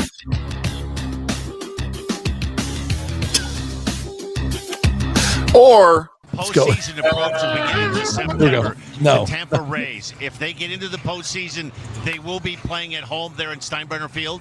Yeah, I talked to Stu Sternberg last week. We're committed to Tampa. And I think one of the ways you show your commitment is to say to the fans there, that's where they played all year. You're going to have your playoff baseball just like every other city in Major League Baseball. It's going to be a little different, but we'll work to make it the best we possibly can. But I think we owe it to Tampa to do that. How many times did he say Tampa? First of all, the guy who asked the question. Every as single the time. postseason approaches, we get into September. The Tampa Rays, if they get into the postseason, they will be playing at home there in Steinbrenner Field. Yeah, I talked to Stu Sternberg last week. While I was pistol whipping him over this. We're committed to Tampa. And I think one of the ways you show your commitment is to say to the fans there, that's where they played all year. You're going to have your playoff baseball just like every other city in Major League Baseball. It's going to be a little different, but we'll work to make it the best we possibly can. But I think we owe it to Tampa to do that. As the postseason approaches. Tampa. And and as a month and a half ago or whatever it was, and where did that information come from? Ken Rosenthal put it out there. Doesn't look like playoffs are going to happen because maybe someone inside the Rays organization wasn't getting the message. Like, we are going to F with you for the rest of your days as an owner if you don't get this done now. You're not going to have playoffs. So you think you're going to get some playoff money, Gate? No, we're taking it away. That's what that was. That was a shot over the bow. It's like, you think you want to keep effing around, Stu. Stop it. Sell the damn team to this group now. Get it done. As soon as it gets done, hey, guess what? We got playoffs in Tampa. Whoa! Maybe that was part of the deal. To get student, like, if you play along, if you finally get it through your head that if you work with people, instead of trying to take advantage of everybody all the time, things can work out for everybody. That's the way business works. That's the way the world works. Can't we just all get along? And it's better for everybody. Stop fighting. Stop fighting about everything. It's a good lesson for everyone, especially you stupid ass politicians. Stop fighting. Why don't you look to find common ground that's best for everyone and move forward, work together? Oh, because division works better for you. Because that's not what they're interested in. Divide and conquer. Yes, that's what they're interested in. Divide the people as much as you possibly can. Don't try to bring them together. Oh, no, because then there you have the power. We want to keep the power. Keep them divided. Keep them fighting. So on this level, and Major League Baseball has always had the hammer. They've always had the hammer. And when they finally figured out Stu was screwing them over, they said enough is enough. And this is what we got. And that's what I've been telling you guys for a while. All right. So here's a little bit of our conversation yesterday with Ken Hagan that I hope will illuminate some of your questions. Here we go. Let's welcome in the great Ken Hagan, Hillsborough County Commissioner. Yeah, I queued this up to where I wanted it. And now, yeah, but when I bounced out, it reset it. Oh, okay. So how do we get it queued back up? Same way you did last time. All right. Let's see if we can do this. Because I don't, all the wonderful things he said about me, I'm taking out. So we can just get to the meat of it. Producing on the air. Because that's what I do. Stated. First of all, again, I'm very, very pleased and encouraged by yesterday's announcement. It is consistent with what both Commissioner Manfred and the new ownership group had indicated to me. And I just assured them that once a sale is consummated, that our team will be prepared to sit down and, begin having a serious discussion on, the ownership group's goals and plans and what they would like to see. But we're going to be ready. And I'm very encouraged with this group. And let's get the deal done. Yeah. And everybody wants to know who the Tampa Bay elite businessmen are. And I've been sworn to secrecy. I know you have as well. So in time, this is going to come out, right? I mean, at some point, this will all come out. All the owners will be named, and we characterize it as these are well-known people that the city will trust, as opposed to the last ownership group, that the fans will trust, that the voters can get behind. I know Absolutely. This is not going to be, tax money, property tax money, but that the voters, that you're a politician, you're going to give money, you need a return on investment, right? And that's what you have to show the folks, and the folks need to be invested in the ownership group. Absolutely. Right? Absolutely. And I've consistently stated for 15 years that I've been, through this journey, that protecting the taxpayers is paramount, and we're going to do that. That being said, you brought up a good point. When I last met with Commissioner Manfred, I shared with him that I was supremely confident. I might have even said that on your show. You did. That if we had an opportunity to sit down with an ownership group that had significant local ties, because how important that is to have folks here that the community knows, the electeds know, and trust, that we would be able to reach a deal. And that's because of having that local tie-in, if you will. Again, I didn't know Patrick before. I certainly like the fact that we're both Gators, because he's a University of Florida trustee. And yes, he is. And candidly, when we did meet, we over half the time was talking about UF and and about the school and what they're going through now in the presidential search and all that stuff. But the fact that we do have a local component, significant local component, certainly will make it much easier to come up with an agreement. All right. So there's it's talking about the local component. You can put us back up there, partner. Yeah. So that's exactly what I've been talking about. And as these people's names are coming out, I didn't out them. Topkin did, not me. And listen, did I want that scoop? Yes, I did. Am I mad that I didn't say their name? Nope. I kept my promise. And I'm proud of that, even though I got scooped, because you know what? It helped get the deal done. And that's what's most important. When things are done in sometimes behind the scenes is better. It's impossible to negotiate in public. It's really hard to do. And that, that takes me back to my Atlanta roots when the Atlanta Braves deal was done. And there was a lot of consternation when it was announced, because Cobb County and the Braves had kept it under wraps tremendously well. The public was not informed. And, the people and the Atlanta Constitution went bananas, saying this was a horrible deal for the taxpayers of Cobb County. They have tripled the tax base in less than 5 years. They have tripled the tax base of Cobb County. Now, there's still stories the Constitution writes because they want to be right about this, and you can cherry pick what is considered economic impact from the stadium. When you triple the tax base in 7 years, you have all that money comes into the Cobb County. It is a grand slam for that area. That economic model was a home run for the team and for Cobb County. And all those commissioners that did that, they paid the political price because the Constitution ran all these, because you couldn't see the numbers in the first couple of years. It was just expenditures. But in the long run, it was going to be hugely profitable for Cobb County. And it has turned out that way. And they should put those people back on the board. But that was misinformation by the Atlanta Journal and Constipation that cost those people their jobs, because look at it now. It's fantastic. And it's the same model that they want to use here. So very important to note. Very important to know. You've never heard that one? No, why would I have in Dallas? That's like the funniest thing I've ever heard. Yeah, the Atlanta Journal and Constipation. Yeah, that's what it's known.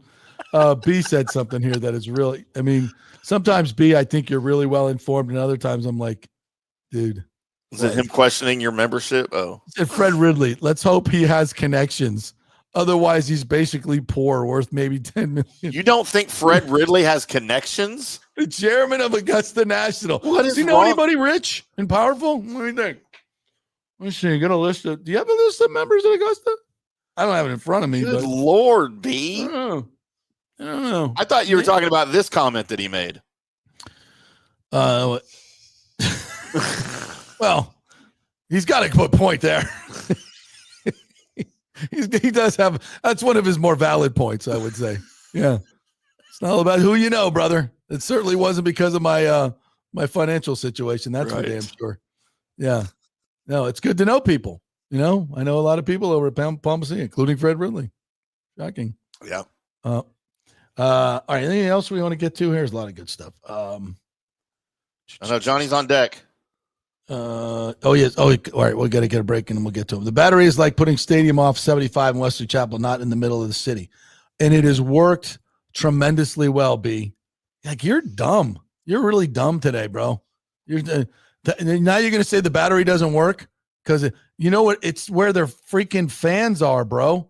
Their fans are all up in the northern part of Atlanta, and they couldn't get to the southern part where the stadium was. Build the stadium where your fans are. Holy crap, what a great idea. They tried 2 stadiums right there in the south part, and it didn't work. And they finally had to move north. It's like putting it in St. Pete. It's not where your fans are. Good golly. You know what, though? B makes me look good. Makes me look good with some of these questions. Yeah.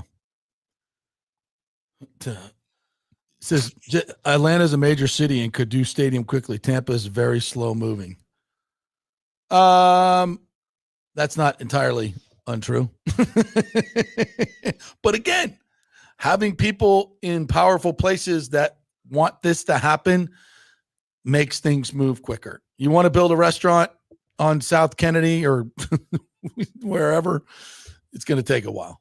I get it. You want to build a stadium, an iconic stadium that's going to be a huge boon for everybody. Things happen quicker.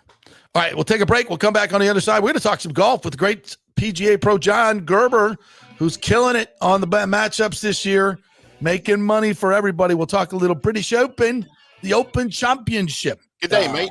Good day, mate. That's not good day, mate. We're brought to you by the great folks at Cafe Paradiso.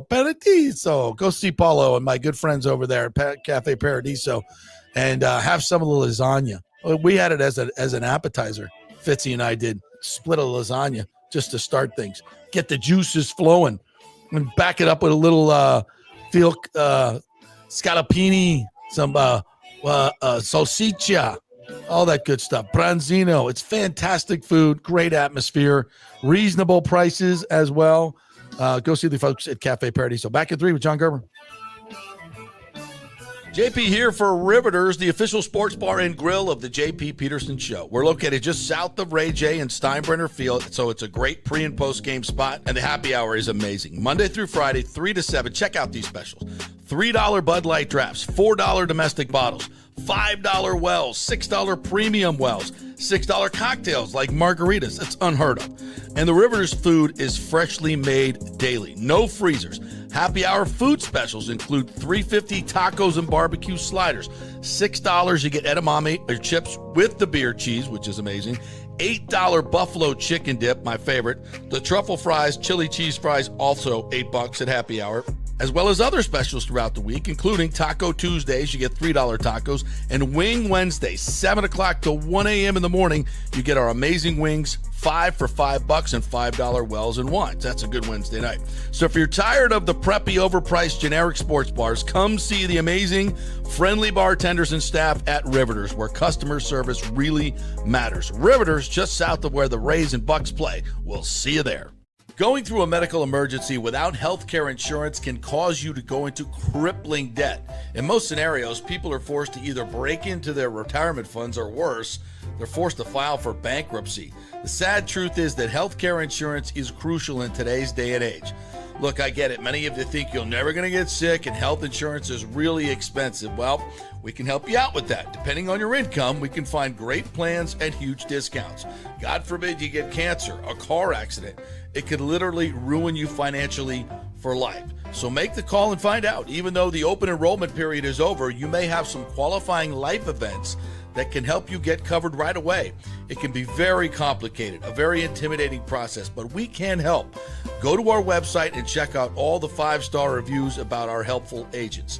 Go to don'tgouncovered.com or call 800-669-1505. That's 800-669-1505. Spring means a time of renewal and Rays baseball, and the folks at Italiano Insurance want to welcome the Rays to Tampa and remind you it's time to renew those insurance policies with the now famous Italiano Insurance Checkup. Let the experienced and friendly agents shop your policy for the best price and coverage.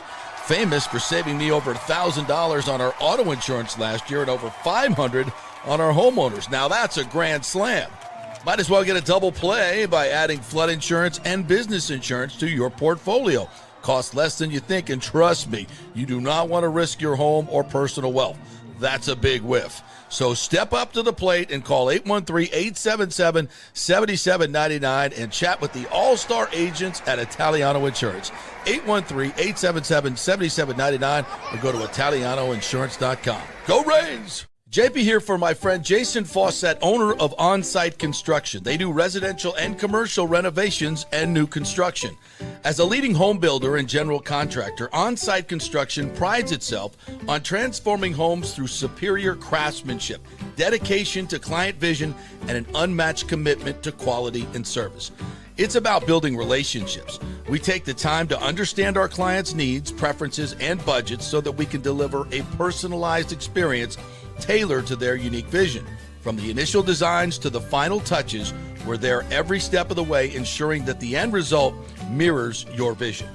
Here are some testimonials from happy customers. G. Gibson says, no hidden costs, very honest, reliable, creative, and communicates well. Reasonable and fair with their pricing, no hidden costs. C. Smith said, did not disappoint. I'm very happy with the work. This company really cares and will take care of it. So if you're just thinking about building or renovating, give us a call and let's see what's possible. 813-579-5789 or check out our website at onsiteconstructionfl.com. Are you having legal issues with a business partner or other legal business issues? The attorneys at Walters, Levine, and DeGrave can help. Call 800-616-0384 for a free consultation. At Walters, Levine, and DeGrave, we've redefined what a law firm can be with top-tier attorneys, personal service, and 26 years of success. From business law to civil litigation, we deliver smart, client-focused solutions. Walters, Levine, and DeGrave recently won a $6.4 million jury verdict from a large real estate developer, and they can win for you too. Walters, Levine, and DeGrave. Let's solve it together. Not attorney spokesman. For a free consultation, call 800-616-0384 or go to walterslevine.com. Offices Tampa, Sarasota. Let's go! Right now, back to the show on FanStream Sports. All right, welcome back to the JP Peterson Show. We got lots of comments we're going to get to after we talk to Johnny Gerber, so hang in there, folks. Got some good stuff to talk about. But I want to talk about the British Open, as it's always been called in my lifetime. Now the Open Championship, as we welcome in our Seed Sage soothsayer, John Gerber. Knows all things golf and betting on golf. What's up, partner? Here's Johnny. Good morning. Johnny. Good morning, fellas. Hey, yeah, you're right, JP. British Open. It's not the Open Championship. That's right. The British Open. It's the British Open. And can I go backwards a little bit? And you often do. Yeah, true. But first off, JP, congratulations on your ranking of top 12 podcasts in the city of Tampa. That came out today, so I saw that. Oh, it did? Congratulations! Yeah, I sent you an email this morning. Top 12? Not just sports. Top 12. And your good friend Scott Reynolds, number one, Pewter Report, number one. They do a great job. Yeah, they're awesome. And I don't know how you kept this in as much as you and I talk golf about Fred Ridley coming on board. I mean, good for you to not even say a peep to me, because I was thinking that. Well, I think you know why. Yeah, for sure. Don't say it. And I don't know who, you going back and forth with B all the time, and I'm not so sure that people don't realize Fred Ridley is the most powerful person in golf. Yes. In golf, Mm-hmm. he is the most powerful person in golf, and if he's the most powerful person in golf, he's probably top 3 or 4 most powerful people in sports. Yeah, if you really think about that. Yeah. And you talk about connections. There's not a button that he can't push in the world for a connection. It just Fred Ridley. And the great part with Fred, and I don't know him like you know him, but obviously through golf and things like that, he's very unassuming. He's not the braggadocious guy that you're gonna say, these are the great people that you want to be a part of your community and a part of your sports accrement there in Tampa Bay. And good for him to do it. And it's only going to thrive. The Tampa Bay Devil Rays, whatever you call them, they're going to thrive in Tampa with the leadership under them. But I don't think people realize Fred Ridley is extremely powerful. When you talk about people in sports and in business, I can't think of 2 human beings more diametrically opposed than Stu Sternberg and Fred Ridley. Fred Ridley? I mean, just in terms of values, morals, ethics, selflessness, they are 180 degrees opposite. Yeah. And again, he's not the managing general partner, but I can tell you right now, he has a huge voice in this group.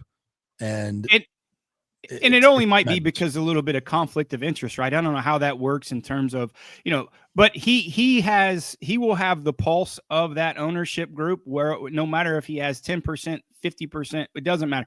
He'll have the pulse of that as just who he is in the respect of everyone else that he has. But I just want to say that I was listening to the show earlier and I just don't really think people understand how powerful this guy is in the sports world and the business world. And he probably does that for a reason. Like I said, he's not that guy. I met him one time and you're 100% right, JP. He was the nicest person for someone that doesn't need to be nice. Right. He's the nicest person in the world. Yeah. Now, you said he's the most powerful man in golf, Johnny, but that sort of shatters my theory that that's you.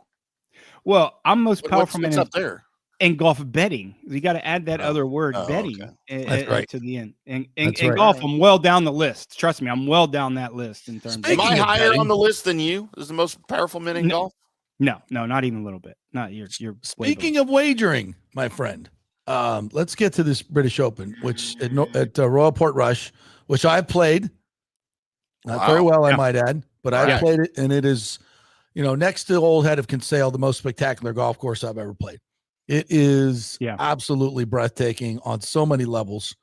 You can see as you stand on, I think it's the 6th tee, maybe, with your back to the first or 4th or whatever the hell it is. And you can see in the castles in the background where they shoot dragons and then the Game of Thrones. Yeah, Game of Thrones. Yeah. Yeah. It's so picturesque. It's just amazing. And I love it. And looking forward to watching these pros. They'll struggle. It depends on the win. It totally depends on the win. If the win comes up, it's going to be brutal. JP, it's not the typical kind of link style golf course that these guys play. It's not. Right. It's probably the polar opposite than St. Andrews. It has a lot of elevation in terms of chip up towards greens, and then you have the flows of the greens. It's very, I'm not saying it's Augusta, not to segue in like what we said with Fred, but it's as close to an Augusta type of green complex chipping up that I've seen, and certainly in the rotation of the British Open. It is completely different than anything that you have seen in terms of a British Open. And you're right. I mean, I made an attempt to play there. The weather was impossibly brutal. Yeah, play there, but it is something different. I mean, when you go in some of those holes that you work up around the dunes and you're kind of down in the caverns and stuff like that. And it is special. And you have tees up high or you're hitting, to a fairway that's, 150 feet below you. I mean, it's dramatic. It's almost like mountain golf at times. It's incredible. No, it's something. And I really think going into this week, I think if you look at Shane Lowry, I think this week, the creativity going into this place is going to be key. Chipping around the greens, being extremely creative around the greens. Obviously, it's a major championship and ball striking is going to matter. But I think someone that's going to have a chance to win is going to be a really creative, and going to have a short game and probably the best chipper this week. Ball strike. I mean, you got to drive it good to miss those bunkers. But I just think the guys who are very creative, really good around the greens are going to play well this week. And the pot bunkers are very penal, and that's the way they should be. These guys on the tour now, you get into a fairway bunker, they could care less. They couldn't care less. It's just another.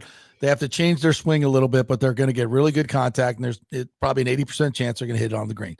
Not these pot bunkers. They're too deep. They're too penal, and you hit it in there, it's a shot penalty. You got to chip out. Right? Yeah. It certainly is, and they'll meander their way around those. Hitting a lot of irons off the tee. It's going to play firmer than it did in 2019.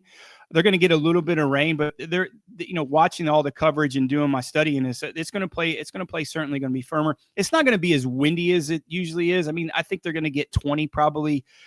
Every day, but I don't think it's going to get any worse than that. They're going to have a little bit of rain, but you just don't know. I mean, it's a little bit of luck of the draw also.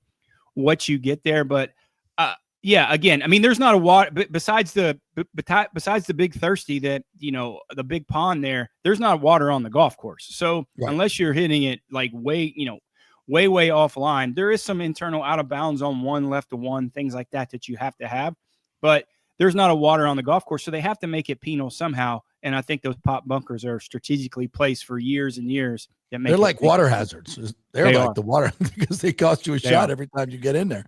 Yeah, so that's cool. So to that end, I think you got a limited field of guys that can win here. Because so many of the guys that we know are PGA Tour golfers.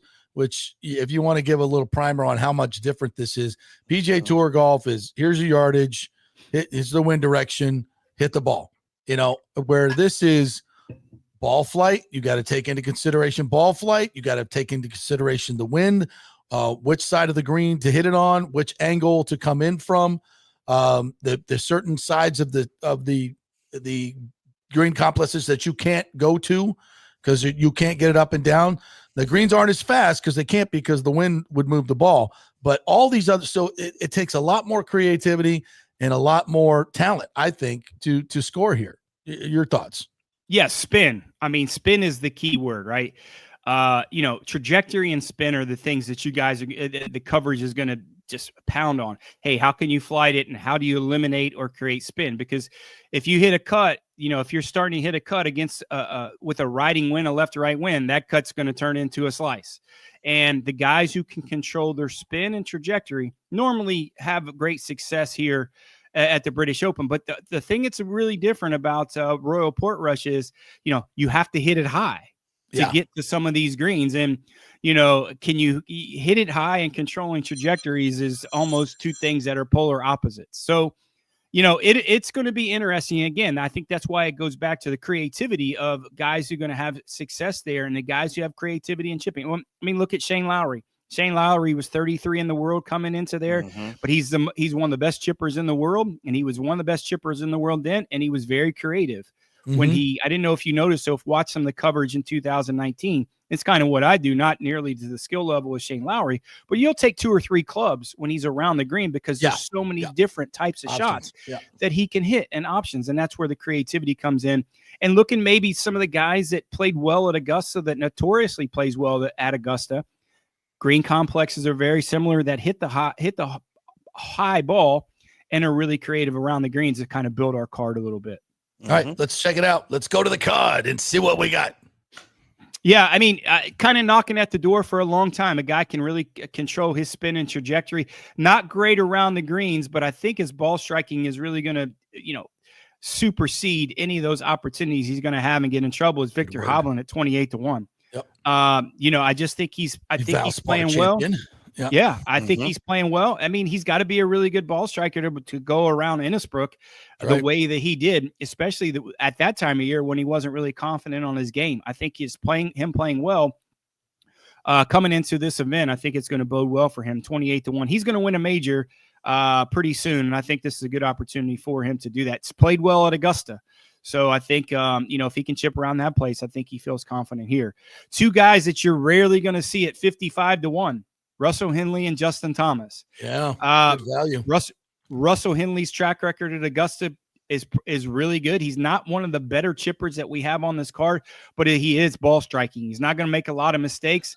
He flights the ball extremely well. I think he's going to, if he can kind of get a luck of the draw a little bit with the weather, I think he's going to have a good opportunity. And JT, listen, one of the most creative guys on the PGA Tour, especially around the greens. I know he's not coming into very good form, but if you can get value, we always say this all the time, value on these picks at 55-1, I think you got to go with JT and give him a shot. Long shot, Minwoo Lee, 90-1. Future brother-in-law. Yeah, that's right. I sent a note out the other day to wedding invitations, guys, to his Minji, to his sister that won her 4th major championship a few weeks ago. But listen, this guy, is a little bit of a flyer with this guy. Moves the ball extremely well. He loves to move it left to right, right to left, up and down. Really good short game. Bulky with the putter at times, but I think with this creativity, again, another word, creativity, I think he's going to have an opportunity. And getting at 90-1, that's a big hit. He's going to be there, and he's played well in the British Open before, so I like him in this spot at 90-1, the ham sandwich pick. Patrick Reed at plus 650, Harris English at plus 750. Again, track record at Augusta it's been great. I think Patrick Reed is coming into a little bit better form than Harris English. And anytime you put kind of adverse weather conditions to Patrick Reed and give him a challenge, best hands on the PGA Tour, Live Tour, whatever tour you want to play, Patrick Reed is there. Past winner of the Masters, obviously. I really think it with plus 650 and 750 for Reed and English. Yeah, good value there to finish in the top 10. They're not going to make a lot of mistakes. I think you probably got to get, depending on the win, probably 10 or 11 under to win. I really think it's going to be double digits, but just over that top of double digits, those guys can get there and eliminate mistakes. And 2 top 20s as always this week, Daniel Berger at plus 400, Lucas Glover at plus 650. Again, guys who are very creative, guys who are really good in the wind. Daniel Berger living in South Florida, playing in that wind. He's starting to play better. I think he's getting into some form. I don't think he can win at a golf course that you got to shoot 25 under, but when you get to 10 and 11, I think Berger and Lucas Glover can really eliminate the mistakes. Yeah. And really good ball strikers and just really creative around the green. I mean, Lucas Glover doesn't wear a glove, right? I mean, I don't know why, but him and Freddie Couples, they just have that feel, and they're really good around the greens. And, they've had good success at Augusta. So, listen, again, creativity, guys who can flight the ball. It's not a place that you're going to be able to overpower. You're not going to be able to do it. So the longest guys, look at this card. They're not the longest guys on the PGA Tour, but they're really good with their short game, and they're really good around the greens, and they're very creative guys. Same as Shane Lowry when he won in 2019. Awesome stuff. No mention of Rory anywhere here because he's no value. No value with him. Yeah. I mean, you're going to lay 100 to win 300. I mean, there's just there's nothing. Same with Scotty Scheffler. I mean, I think these guys are going to contend. I think they'll be up there. But again, we do this to create value and make money. Yeah. If you want to go to your office and pound your chest and say, man, I picked Rory this week and I picked Scott. Cool. Cool. You and 2 million other people did the same thing. So, you know, hey, I'm gonna like throw you're a genius. I'm gonna throw a first round prop bet out to you guys. I want you to let me know, Johnny, what you think of this. We don't talk about prop bets, and Johnny doesn't mess around with that kind of stuff. But I saw something that intrigued me. I know JP, you love this stuff. Yes. At 90-1, Dean Burmester to lead the first round. Not terrible. Not terrible. And I don't know where you found Dean Burmester at, but we've had him on our card before. Yeah. So you might have looked at listen, he's a South African guy that's been playing on live. He's contended in one of these, you know, some of these spots. You know, you look at the British Open, you're going to see, you know, maybe a guy that every year there's a guy that you've never heard of, right? Mm-hmm. I mean, I've heard of him, but the general population, like, who is this guy? Dean Burmester might be that guy. He really is. Only thing I'm worried about. 5 after Saturday last year, after 36 holes. If you can find him maybe at a top 5 after the round 1, you can find a lot of prop bets, maybe a little bit better. That gives you a little bit of a cushion. Mm-hmm. But that's not terrible. That's not terrible. We've been doing well on our matchups and looking forward to matchup 43, 13, and 5 on matchups this year. Damn. And we're just a little under $3,000 net profit, but 43, 13, and 5. We went 2 and 3 last week on our matchups, which is a losing week in our matchups is very rare for us. Very rare. But you know, we're still well ahead of the curve and still profitable for the year, almost 3,000. So I like this week. I love the British Open. I hate to rank majors. Tim loves to do it. He doesn't like this event, probably because he's hungover most of the time when he comes in and watch it. It's my second favorite. I don't hate the event. I hate that it's a major. Yeah. No, it's got to be a major. This is no different than the Scottish Open. It's the same freaking tournament they played 2 weeks in a row overseas. It shouldn't be a major. Coming from the guy that probably thinks the live guy should get world ranking points, probably. So now you already know how F you, and F you. You know how I feel about that thing. Yeah, hey, just so everybody knows, the reason Johnny likes this so much, and the reason I'm into it so much, is 12:35 a.m. Central Time tomorrow morning, 1:35 Eastern. You have your first guys hitting the course.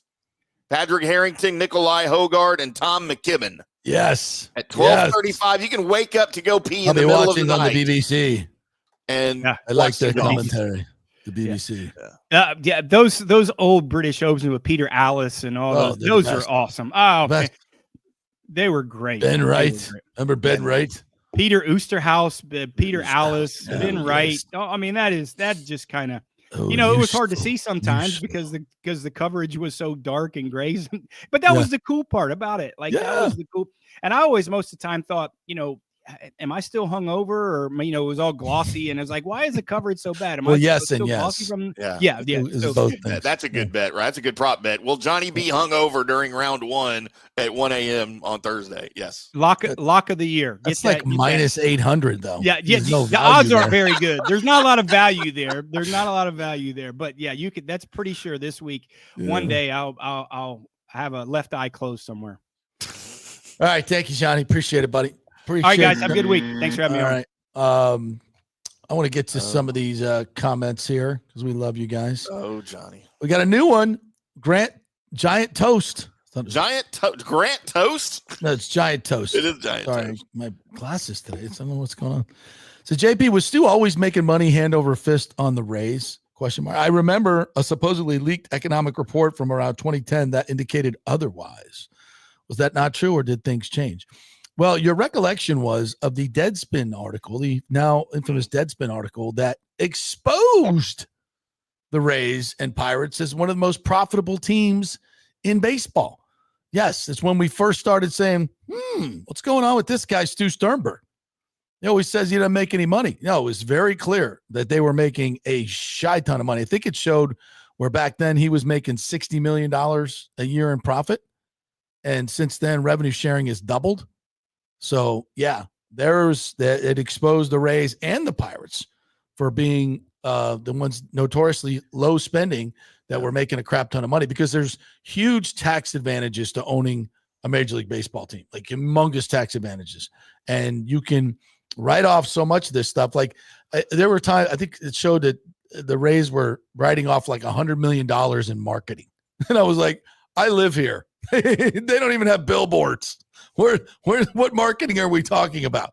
And you can run promos within your own a telecast, okay, and you can write those off as losses because you didn't sell the spot, but you could say, oh, I'm marketing, and they say, okay, I paid, whatever X amount of dollars for all these spots as quote marketing dollars, and deduct them from as costs when you probably have a deal with your trading checks with your regional broadcast member. So, it's all accounting tricks that they do to show losses when they're really putting the money in their pocket. And that's what the Deadspin article showed. So great question, but your premise was wrong.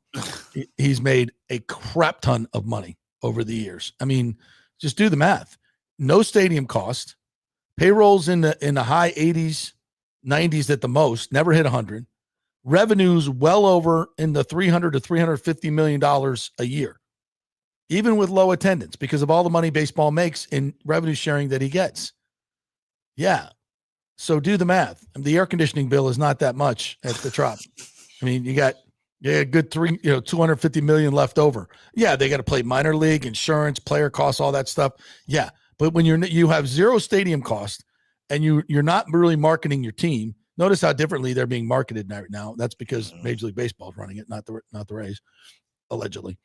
Yeah. So yeah, he's been just pocketing tons of cash, and he's going to walk with $1.7 billion after, buying off his partner's pennies on a dollar, according to the lawsuit, allegedly. And that money's in his pocket, and he put out $50 million as his initial outlay. Trust me, he's made that back tenfold, 20-fold, 100-fold. Yeah. So making money. Yeah. Michael Hall says the Creamsicles made it to the NFC Championship game. The Bucs lost so many games in those uniforms because the team was bad and the owner was a miser. Yeah, that's true. But I also think they're cursed. 1-6. And with the good Bucs teams can't win in these things. But that's the dominant orange. Look, the orange numbers, I think we might have something there. We can't beat the Jets at home. Sure looks home good. Opener. Come on, dog. Yeah, by the way, with Justin Fields at quarterback, that defense should have a heyday against Justin Fields. You think? Yeah, I'm a Fields supporter. Meh. Yeah. Anything else we want to get into here? Rick says the commissioner said Tampa 4 times. John Morgan heard Orlando is still in play. No, it's not. It's not. I can't do any more B stuff. Danny Boy Crane says stadium locations from most to least popular per Fox 13. Ybor Harbor, most likely. Fairgrounds, 50-50. Dog track, least likely. I would agree with all that. Yeah, and we've discussed the dog track, but that's just, it seems far, right, from downtown, and logistically you'd have to build a whole new infrastructure to make it more accessible, and a lot more expenses involved, right? Yeah. Jeff Stutler says, originally I thought the Braves move was stupid, but I was wrong. Great move for the Braves in Cobb County. Yep. A lot of people thought that, but that has proved to be one of the most profitable, and it has changed the way people think about stadiums in baseball and what it can be. Baseball as a sport is waning. I agree. But as a investment tool to bring crowds to development areas, been a tremendous success. All right. I think that's about it. Or what else we got? We got a few more minutes here. Louis from the Frozen Pirate podcast says, I think it's time the Buccaneers redo the pirate ship inside the stadium. I would make an old blackout version of the ship, something more intimidating. Ooh, like what's the one in what is it? The Black Pearl. Yes, the Black Pearl. I don't know, man. That pirate ship's pretty intimidating, especially when that cannon goes off. That's loud. And if you're not ready for that, the people that sit underneath that, I don't know how they do it. That is, if you're just sitting on the sideline, is boom. Like they use a cannon at Kyle Field, for the Aggies when they score, but it's not as big or loud as what's at Raymond James. Like that's next level cannon right there.